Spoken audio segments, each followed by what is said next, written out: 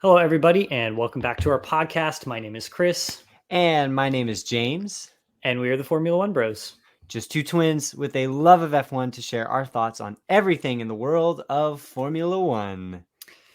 Yeah, and we are back after a very up and down, not 100% all-time classic French Grand Prix that saw Max Verstappen taking his seventh win of the season, and had a very dramatic moment for race leader Charles Leclerc. But we'll get into that a little bit. Initially, right away, reactions on the race. So yeah, I think at least for this weekend in terms of because with the championship battle between Ferrari and Red Bull, which is getting a little bit out of hand. At least at this weekend, despite the mistakes, despite the engine penalties, all that stuff with pit strategy and Ferrari not knowing how to serve a penalty, this weekend Ferrari was the faster car. This weekend Ferrari was the faster car. Carlos was making incredible moves all race, managed to finish the race P5.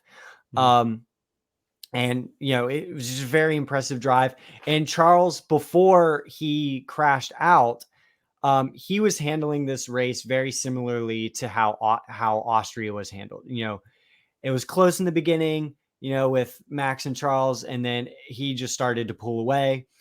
So it definitely seems like Ferrari was the faster car at this track, because we've seen, depending on the track, each track kind of fits the different teams' strengths differently. For example, tracks where it's high power tracks, it's all about the top speed. Red Bull's fastest. But when you get into tracks where there's a lot of curves, twists and turns and all that stuff, it seems like Ferrari is faster. So at this track with Paul Ricard, being very twisty turny, especially in the last sector, Ferrari was definitely fastest. Yeah, and I think that comes from a place where, Red Bull has a definite straight line speed, and I think you're at high speeds a lot around the track, but there's only three like definitive straights, and there's a lot of twists and turns, so that definitely gives the advantage for Ferrari. But Ferrari, has sort of taken this car to Charles Leclerc, the way that Charles Leclerc drives. He likes an understeery car. He likes a more rear limited car.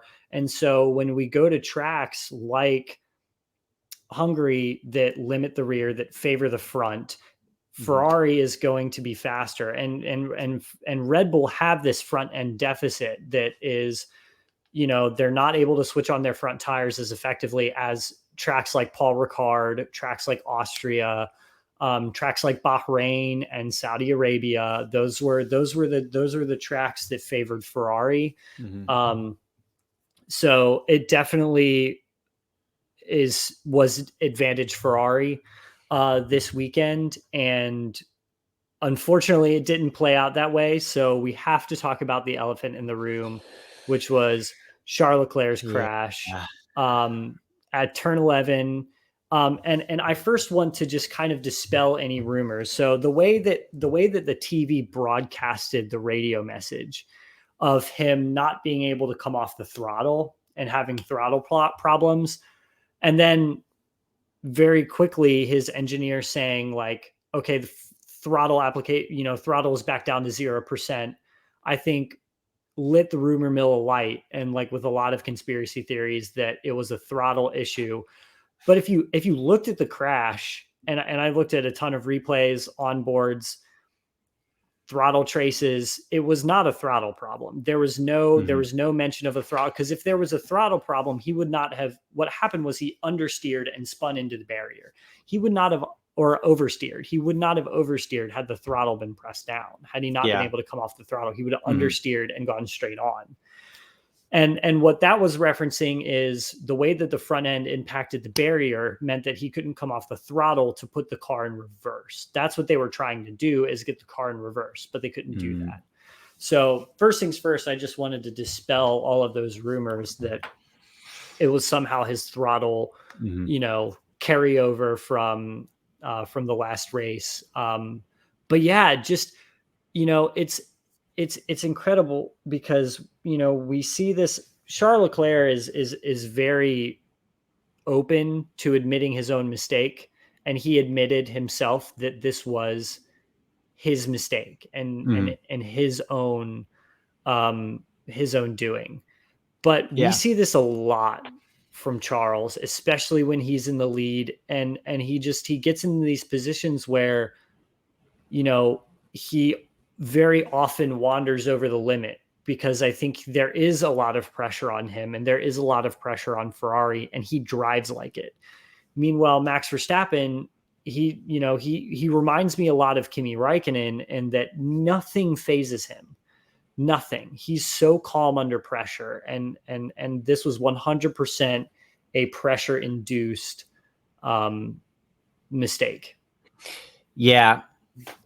I mean, I definitely agree. And I think the pressure comes from, just the history of the team and, who he's driving for. There's so much pressure, and each year that goes by without them winning a championship, it gets worse. Mm-hmm. Because everyone's like, is this Ferrari's year? And then when it becomes promising, like it was back in 2010 and 2011, and Fernando was leading the championship in 2012, and now we're seeing it here. You know, it's just getting worse and worse and worse, and the pressure is very, very high. More so than if he were to be in the same position at another team. Say Charles was the lead driver at Red Bull, in Max's position, I don't think Charles would have as much pressure as he does being the Ferrari driver. Especially considering he's widely considered, their, Ferrari's star boy. So, Yeah. I feel bad for him. I really do feel bad for him because there's so much pressure, and I think a lot of the pressure is unnecessary, which is unfortunate. Yeah, I agree, and it's funny, like, I think about, why this is, and I always remember this is Charles's first real shot at a championship. Like, this is his first season where he's going into it as a title favorite, and he has a car to get him there. And it just so happens that he's driving against Max Verstappen, which is, the best on the grid right now. And so I think that also adds an element of pressure in that this is his first championship. This is not Max's first championship. This is not his first rodeo. Technically a championship protagonist in 2020, and then was the champion in 2021 after a huge battle with Lewis Hamilton. And I think that the whole 2021 season saw Max go to a completely different level of driving and we talked about this a lot last season, that you or I never saw before.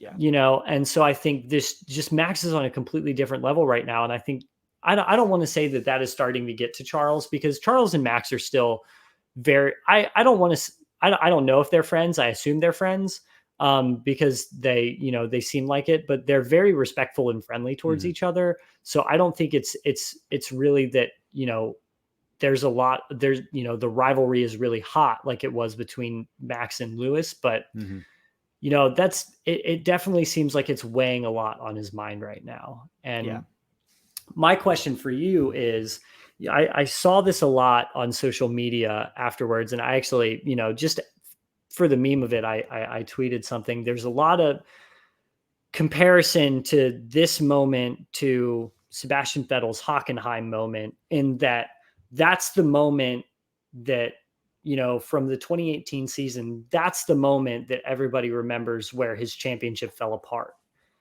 And obviously that's not necessarily the case, because there were a lot of other mistakes along the way and a lot of mistakes that happened after that moment. But it just kind of felt like one of those moments where, so my question to you is, do you think this is something that when we look back on the season, like the images from his crash and his radio message are going to be like the defining moment from his season. Oh yeah, I think so. I think so. Whether he wins the championship or not,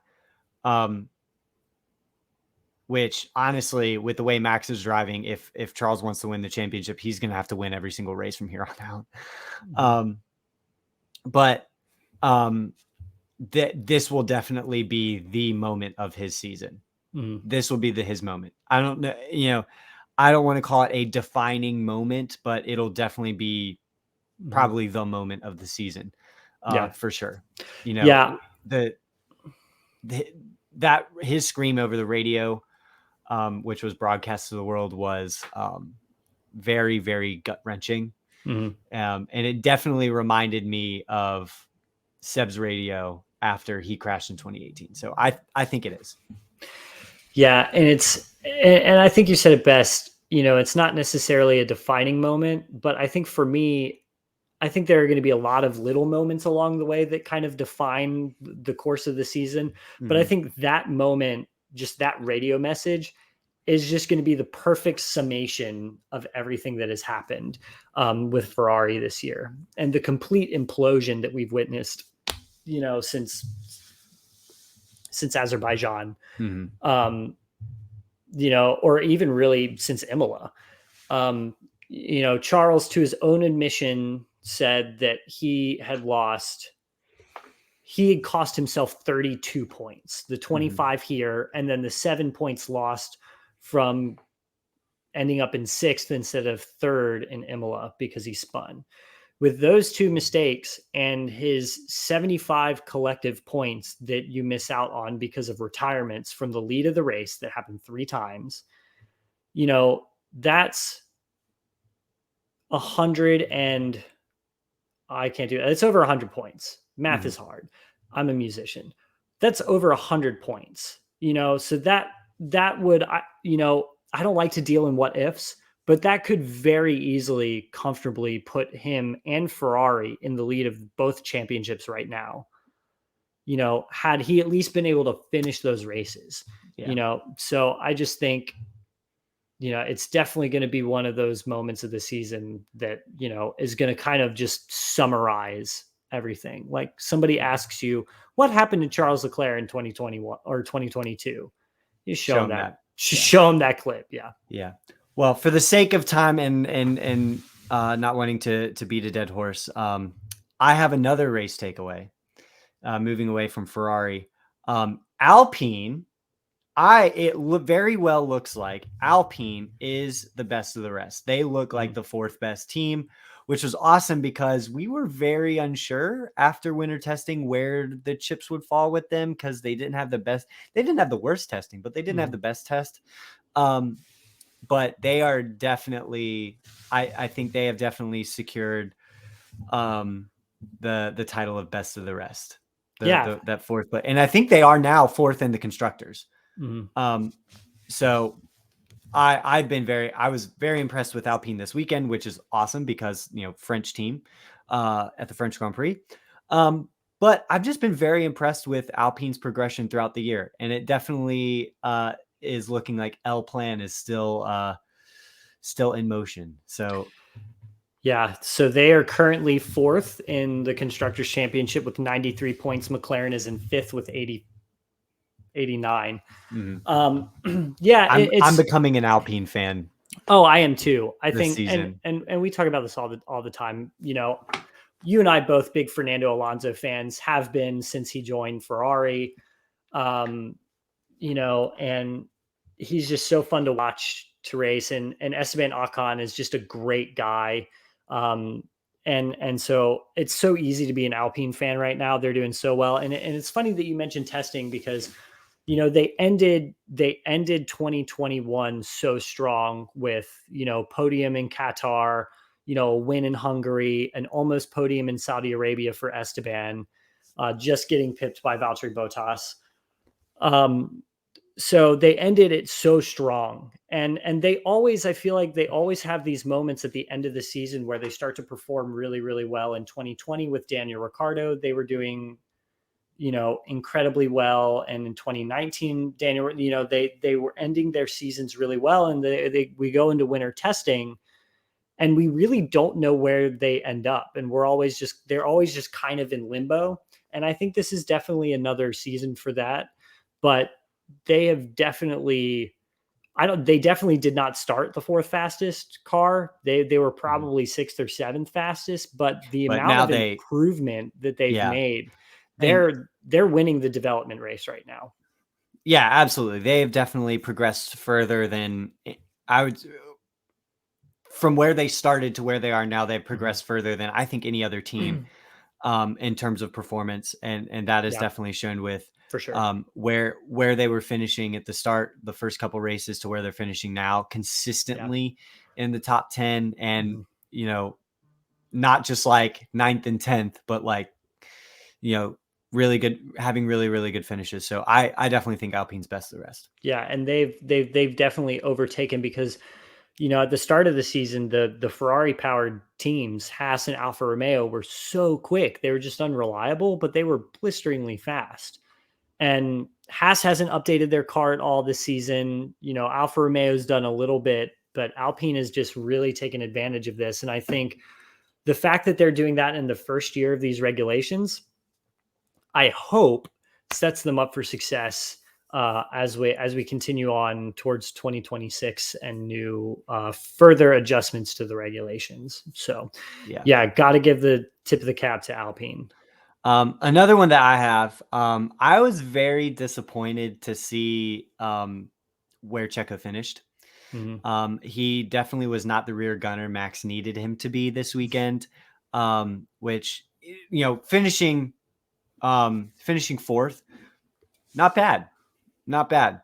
But I think it could have been better. It could have been better. Yeah, I wasn't sad like, oh, Checo didn't have a bad performance by any stretch of the no, imagination.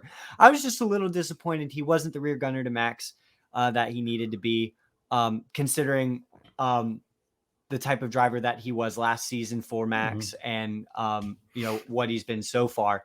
This was just not the performance that he has shown recently. Yeah, So I was a little disappointed. Again, not a bad performance by any stretch of the imagination, no. but I don't think it was quite to where he has been the past couple races.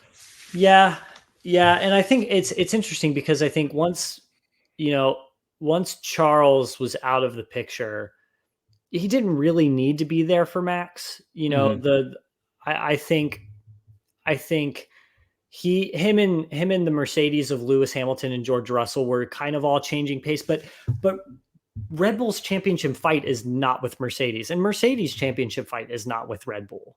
Mm-hmm. I think Mercedes definitely have the momentum right now to catch Ferrari at some point this season, and Red Bull at the moment they just kind of need to coast, and they need to make sure that they're continuing to deliver on the success that they're delivering on right now. So, to be fair to Checo, it wasn't really necessary for him to be that rear Mm-hmm. gunner like he needed to be last year, but he is starting to fall away a little bit from Max. He was really close, and for a couple races there, he was faster than Max.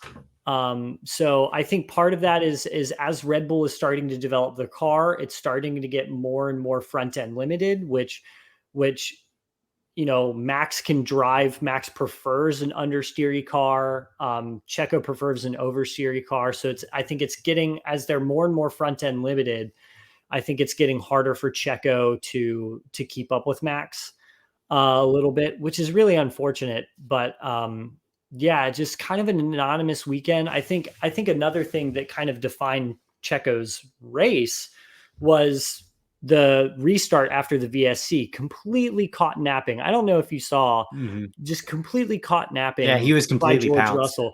And to George Russell's credit, that was a cheeky bit of driving. Just drop back, really lower your delta, and then as the VSC is ending, speed up. So you're pretty much back to racing speed by the time you go green. Went right around Sergio Perez, and he was just completely caught napping. Mm-hmm. So that's another thing that I think he'll go back and look at, like a missed opportunity. Like he could have been on the podium had it not been for that move. Mm-hmm. Yeah, So, I agree. yep. And All right. my last takeaway. Oh no, this is a hot take. I'll get to later. So Okay. we'll move on. All right. So we normally at this point we will go to our weekly top 10, but this week we only have 8. So we'll do a weekly at the Formula One Bros weekly top 8 this week. So we're starting with at number 8 this week. I gotta flip over my notebook. So in 8th place, despite not finishing in the points, he did not make it out of Q1, but he finished 12th. That is Mr. Pierre Gasly in 8th place. Still an impressive drive. I believe he started 16th, 17th, somewhere around there, and finished 12th. He didn't finish in the points, but he still drove a pretty good race, and it was with how AlphaTauri has really been struggling lately. With how they've been struggling lately, I think this was a solid drive for Pierre. So can't really put him any higher than that. Yeah. But nonetheless, it was a good drive. Yeah, I think Pierre is still just absolutely what that team needs in terms of driver. He does really well. I think, and this is not to say that they had a really poor strategy. I think their strategy was pretty straightforward this weekend. But in terms of that, I think one thing that Pierre is really good at is getting the best out of the strategic positions that he's put in. And he wasn't put in a compromised situation at all this race. He just took advantage of everything and his opportunities where they came. You know, I lost track of him a little bit in the safety car period, but yeah, just a really solid drive. Couldn't quite get there up to the points, but considering, I think it's important to consider how off the pace and behind the development race AlphaTauri finds themselves right now. Yeah. Yeah. Awesome. In 7th place, after having a very rough season, we have Daniel Ricciardo, finished 9th. It was a good points finish for him, something that he needed and has not had a lot of this season. So really solid weekend for him. And he was out in Q2, so it's another good performance for him. Yeah. Finished 7th, or sorry, excuse me, in 7th place. He finished 9th. Daniel had a really solid weekend. Yeah, this is something that we didn't really talk about. There was a lot of contract talk. We have a couple minutes, so I just want to touch on this real quick. There was a lot of contract talk between the British Grand Prix and the French Grand Prix with Daniel Ricciardo, and he made it very clear that so for McLaren and Daniel's future, it's in Daniel's contract that he has an exit clause if he doesn't like where McLaren's at. It's not McLaren that can drop him. So he's not going anywhere. And he made a post on social media saying that he's committed to the team until the end of 2023.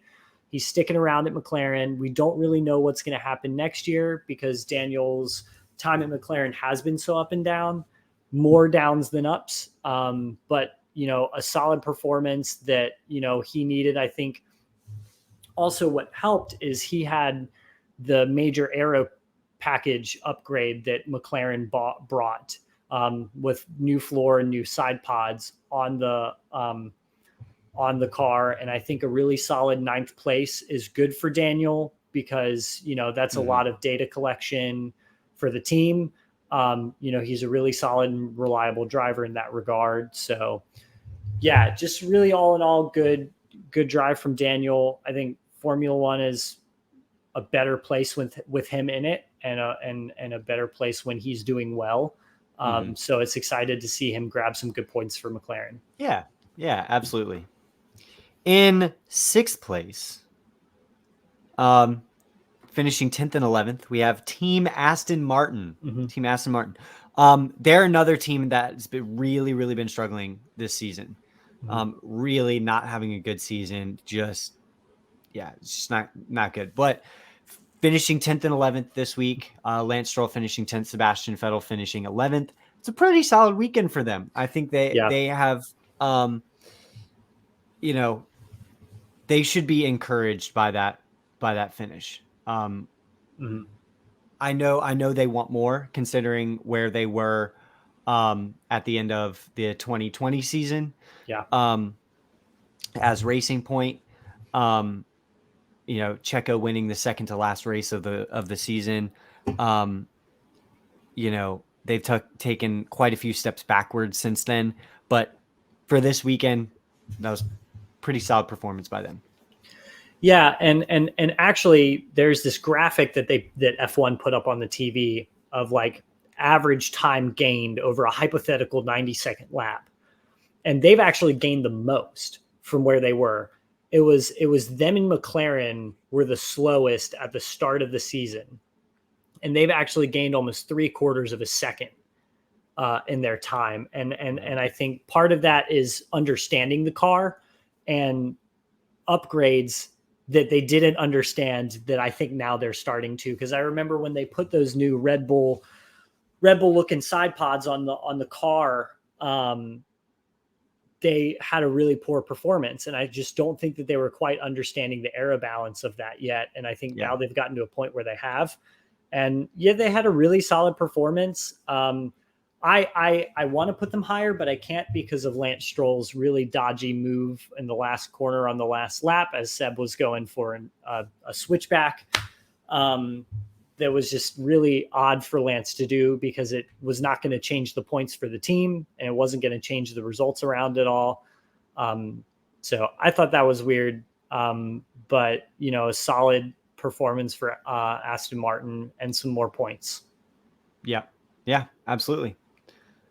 Alrighty, in 5th place, we have the other McLaren driver, Mr. Lando Norris. He finished 7th. He had started 5th, so he lost ground in the race, but he had a really strong week. And considering where that McLaren car is, really strong, really strong season. Yeah. Or excuse me, really strong race for him in a season of struggles for that team. Yeah, no, definitely. And I think, you're especially right. Great drive for where that McLaren is at. It was going to be a really tough ask to keep Carlos Sainz and Fernando Alonso behind him during the race. So those are the two people that overtook him. Along with George Russell in the Mercedes, but George Russell was also always going to get by.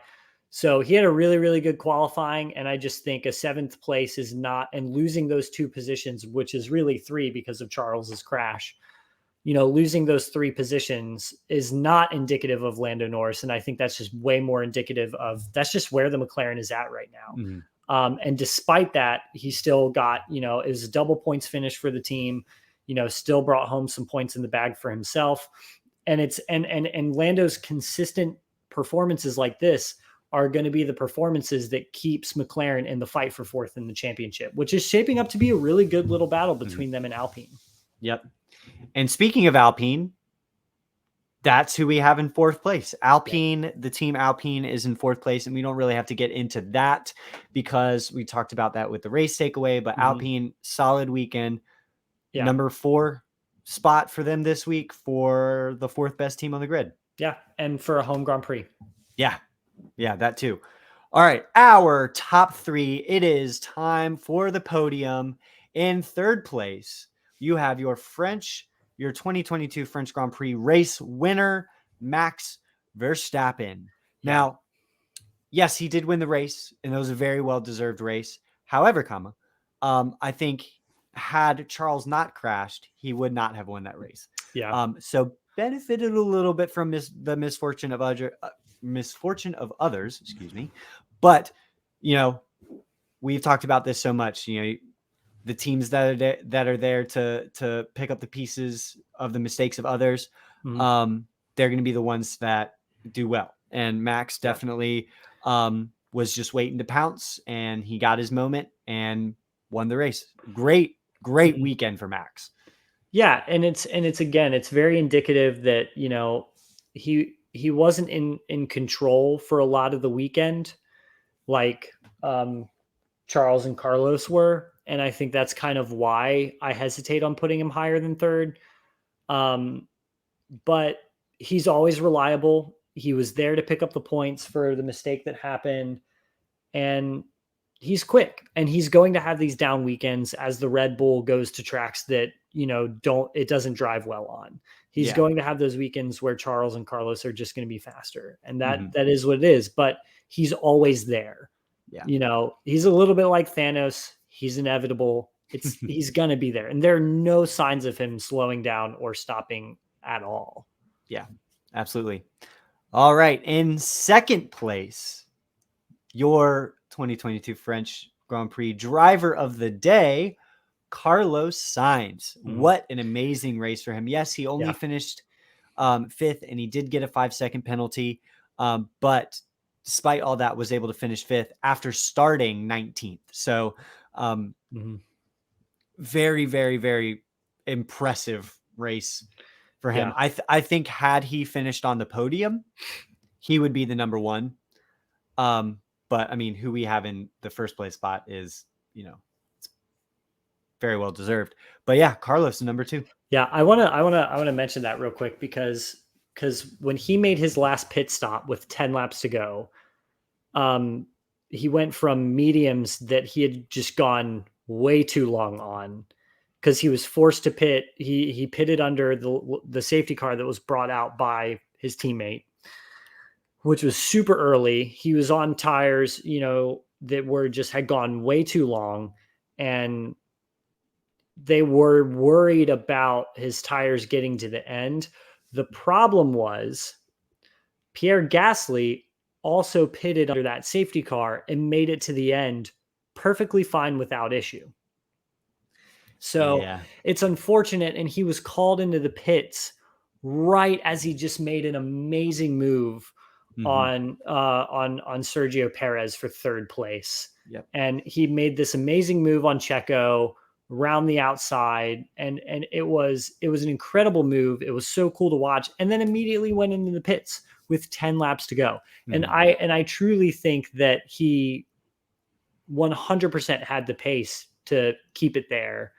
You know, going towards the end, I think the VSC would have been a little bit challenging. You know, once the cars, you know, the tires cool down a little bit during that period. But yeah, it's unfortunate that he definitely could have gotten a podium for sure, but we still have to give him third place because just the overtakes that he was making all throughout the race were incredible. And anytime a driver puts in a performance like that, it's incredible, whether they're driving a Ferrari or not. Those performances are impressive. Yeah. Yeah, absolutely. All right. In first place, we have the team that got a double podium this weekend, Mercedes. What a great weekend. And for the first time, George and Lewis got to share the podium together. So that was very, very special. Actually, no, that's a lie. Technically, as teammates, yes, as teammates. They have shared the podium once before in Belgium last year. But as teammates, the podium.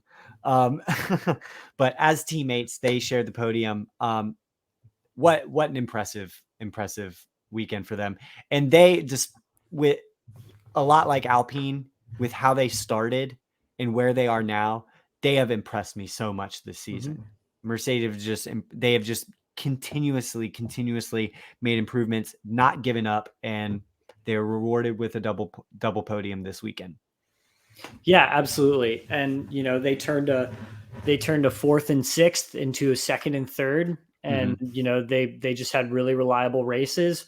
George was always right there for Lewis when Lewis needed it. Made a great move on Sergio Perez coming out of the VSC to hold to get up to third, to put himself in a position to get on the podium, and just completely well deserved. And speaking of, I definitely want to mention that, earlier in the season, it looked like Lewis was, just really not in shape.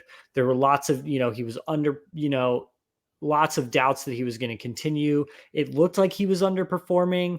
And I don't think he was necessarily underperforming. I just don't think he was used to the car yet. And I think it was a result of George Russell being way more comfortable in a poorly handling car. Mm-hmm. And he's now, I think, starting to get really, really happy with where the W13 is at. And it looks great. He's driving great. He's happy. Formula One is a great place with Lewis in general. But when Lewis is happy and on top of his game, that's, Formula One at its finest. And it's really good to see that they're performing to that end now. Yeah. It's unfortunate that it didn't start that way, that their season didn't start that way, but they're starting to understand the car, which is also going to set them up really well for the future too. So, great weekend for them. Yeah. All right. And that is your weekly top 8 this week instead of 10. All right. We're going to move on to our biggest winners and biggest losers of the weekend. As always, we start off with the biggest losers. Womp, womp. I have to say, I think one of the biggest losers of the weekend was Haas. Mm-hmm. They had great qualifying and then just completely fell off. Mick finished 15th, I think, and Kevin DNF'd. So a weekend to forget for the American team. Yeah, Really, really definitely. bad weekend for them. Yeah, and it's unfortunate. I think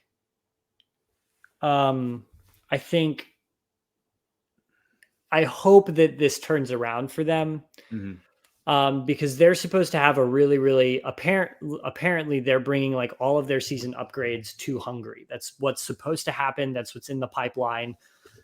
So hopefully it turns around for them. I think it'll be a track that favors them really well. So yeah, it'll be really good for them. I think they'll be fine. But yeah, it's just definitely could have left more to be desired this weekend for Haas. Mm-hmm. For me, my biggest loser is Ferrari and Charles Leclerc. Mm-hmm. And I think we talked about them at length, but I think it bears repeating that is, it's a really unfortunate weekend for them, and just by virtue of the position they're in, they just can't have performances like that. Yep. I'm gonna go with another one. I'm gonna say Alfa Romeo. Another really big loser this weekend. With Valtteri Bottas finishing 14th and Zhou Guanyu retiring from the race.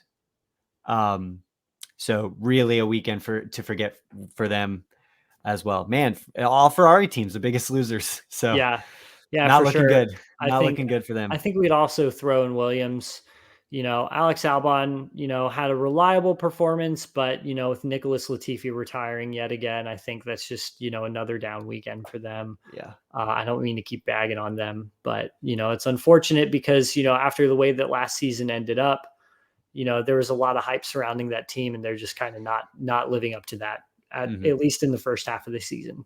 Yep. Yeah, absolutely. All right, on to the biggest winners. We've already talked about this one, so I'm just going to mention them because this team had a great weekend. Mercedes, I think one of the biggest winners of the weekend. Oh, for sure, easily. A double podium for them, huge points haul that they're taking out of Ferrari in the Constructors Championship. I think I think it's still a long shot just by virtue of how many points they gave up in the early part of the season. But if Ferrari continues to give up the points that they're giving up, I think they can make a really great case for themselves for the Constructors Championship. Yep. Who are some of your biggest winners for the weekend? Well, obviously Max. You have to give it to Max. In a weekend where I think all things considered, it was going to be very tough for him to come out on top. but just gave really reliable performances, was there to pick up the pieces. Carlos Sainz, and, another great weekend for him, a great performance, put in a really compromised position for, the place that he started, gave a really great performance. And then have to, obviously the, stuff that we already covered, Alpine, a big winner from the weekend. So yeah, those are mine. Awesome. All right. So we are going to go on to our last segment of this week.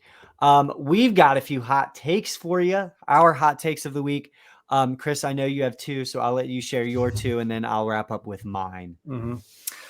My first is that Paul Ricard was not on the preliminary schedule. I don't think this is a particularly hot take, but it needs to be said. Paul Ricard is not on the preliminary schedule for next year, and that's a good thing. I think generally that's a very good thing. Yeah. It's go back to Magny Cours. I know it's unfortunate that there's not going to be a French race next year. Because that's a team and two drivers on the grid that are not going to have home races next year. So it's Pierre and Esteban and Alpine without a home Grand Prix. It was kind of like a home Grand Prix for Charles, but he still has Monaco. So I think it's unfortunate that we're not going to have a race in France, but Paul Ricard is just not it. Yeah. It's just not. There's so many better tracks in France, and I will not miss Paul Ricard. I remember the most boring race I've ever watched in my life was the 2019 French Grand Prix. It was so boring until like the last 3 laps where Charles was catching Valtteri. It was so boring. And I just think that's kind of the level of race that it's given. I think 2021 had a little bit more redemption because of the last lap pass that Max put on Lewis. I think that in the context of the championship, it was a really important race, but it's just, I don't think anybody's going to miss it. I'll miss France, but I'm not going to miss Paul Ricard at all. Yep. What's your other hot take you got for us? My other hot take is Max Verstappen right now is like carbon copy Sebastian Vettel at Red Bull. Just completely unstoppable, super consistent, not without mistakes, not without trouble, but you can always count on him to be there. It's like another Red Bull driver, like was Sebastian Vettel, that is just coming to his own, and he is just an unstoppable force in the world of Formula One and when it comes to the championship right now. And to further that, there is, as long as you have the combination of Max Verstappen at Red Bull with Adrian Newey designing those cars, Max Verstappen should be a title favorite every single season. As long as that combination of 3 things continues, Max Verstappen at Red Bull with Adrian Newey designing those cars,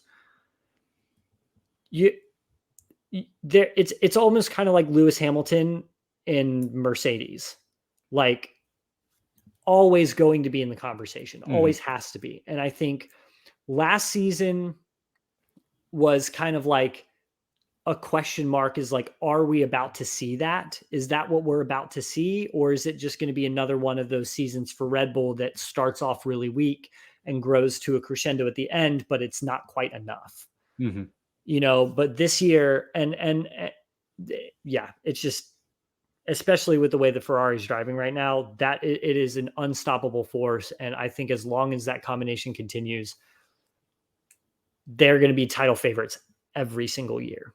Yeah, I agree. All right, now for my hot take. And I actually just read an article about this. To put this in perspective, I think it is finally safe to say it is championship over for Charles. Yep. I think it is. I think it is. Had he won this weekend in France, I would not be saying this right now, but they just lost. He just lost 25 points to Max Verstappen. Max Verstappen now has a 63-point gap Yeah. in the championship, which means Max Verstappen does not mathematically, Max Verstappen does not have to win a single race for the rest of the season and can still win the championship. Yep. Yeah. He, Even if if Charles wins every race, it's just not enough.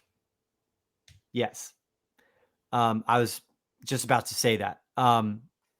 If Charles wins every single race, and Max comes in second and gets fast lap, he will still win the championship. So, granted, is that likely to happen? No. It very well could be Charles wins the last 10 races and Max does not get second. Max does, has some DNFs. That's still very possible. Or Charles could finish on the podium, win Max DNFs, all that kind of stuff. But there's still a lot of season left, but I really do think now it is championship over. I think it's still important that they fight to the very bitter end, because you don't want to be halfway through the season and be the team that, or the driver that just gave up because they've had a run of bad luck. You never want to do that. And I don't think Formula One drivers are programmed to do that. And especially Charles, I think they're going to fight until the end, even if they know they can't win the championship. They're going to do their best. But maybe it's for us as the Tifosi, maybe it's time to maybe look at next year to see, hey, maybe we can do it next year. Maybe we can get Max and Red Bull next year. Maybe. I don't know. A lot can still happen, but I think it's championship over. Yeah, I totally agree. And I even think as long as they keep the personnel structure the way that it is at Ferrari, they're not going to win the championship next year or the year after or the year after, because they've had, at times the fastest car and still managed to screw it up. So I think, they've, and this goes all the way back to, Fernando Alonso coming to the team. You had Felipe Massa and Fernando Alonso join the team. And, granted, 2009 was not an on year for Ferrari, but 2010, 11 was, and could have been in 2012, and wasn't necessarily in 13 or 14 or, 15. But, you have these big drivers that come along, like Fernando Alonso, like Sebastian Vettel, like Charles Leclerc, that are either given championship caliber cars or do ungodly things and not championship caliber cars, and they still manage to screw it up. So not only do I think that I agree with you, the championship over, but unless they make some dramatic changes in the offseason, they're not ever going to be a title favorite, and they're not going to have a shot at winning the title. Yeah. Yeah. The biggest, I think the biggest change they need to make is there's who's calling the shots with strategy. That I think has to be the biggest change. So yeah, those are our hot takes for the week. And with that, it concludes our race review of the French Grand Prix. As always, be sure to like and subscribe on YouTube. Leave a comment down below if you enjoyed the podcast, if you agreed or disagreed, or want to add some of your own thoughts. Be sure to like and comment, subscribe, share with your friends. Follow us on all the socials: Instagram, Twitter, TikTok, and YouTube, and Spotify, also on Spotify as well. So with that, it is now on to Hungary. On to Hungary, and then on to the summer break. Which, by the way, with the summer break, we have some really cool ideas for content over the summer break coming up. That's very, very different from anything you've seen from us. So we'll put some fun stuff in the works over the summer break. So there'll still be content coming in over the break. All right. With that, we are on to Hungary.